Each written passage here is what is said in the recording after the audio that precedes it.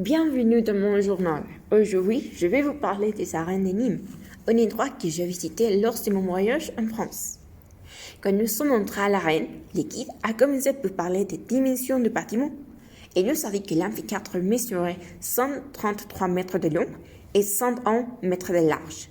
Elle est haute de 21 mètres et que c'est composé de 2 niveaux d'arcade. Aussi, elle nous a raconté que sa façade extérieure était divisée en 60 sections. Je pense qu'il y en a trop. Le guide nous a dit que l'arène a été construite à l'époque de l'empereur Auguste dans l'an 27 avant Christ.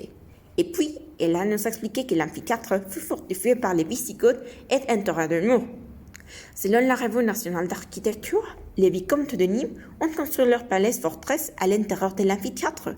Et plus tard, un petit quartier a été développé à l'intérieur, qui comptait une centaine de maisons et 2 chapelles.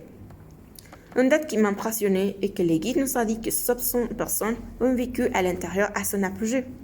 Et à l'intérieur de l'amphithéâtre, nous avons trouvé que les premières édifications ont été retirées, mais ils sont restés jusqu'au XVIIIe siècle.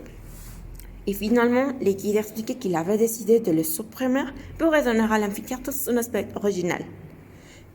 Il nous a rappelé que la première corrida avait été organisée dans l'amphithéâtre et avait lieu en mai de 1863, au cours de laquelle les toreros espagnols avaient été cartélisés.